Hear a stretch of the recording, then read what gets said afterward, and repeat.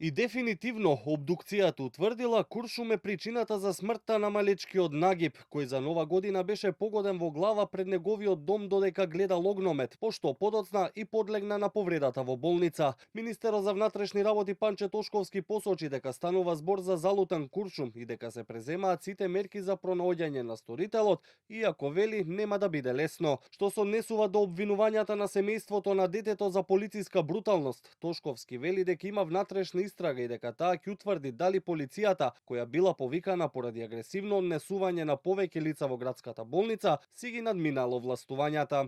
Истрагата е во тек, ќе продолжиме да ги превземеме сите оние надлежни чекори се со цел да утврдиме на крајот конкретен сторител.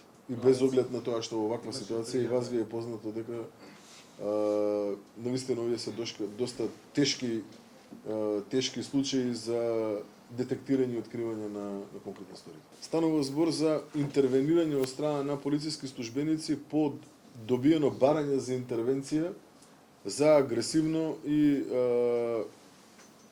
недолично однесување во рамки на градската болница Скопје. И покрај бројните кампањи против пиротехничките средства и заплените на истите, сепак на први на полноќ градот течеше од експлозии и огномети, па министерот Тошковски смета дека е потребна поригорозна казнена политика која би спречила петардите да завршат во рацете на децата.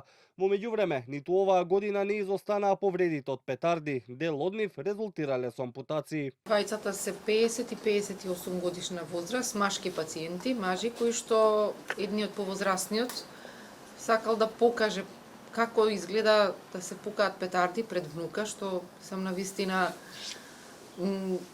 несовесно од негова страна. И ампутирани се дел односно врвовите на прстите, а другиот 50 годишниот ја зима петардата од детето за да не се повреди детето.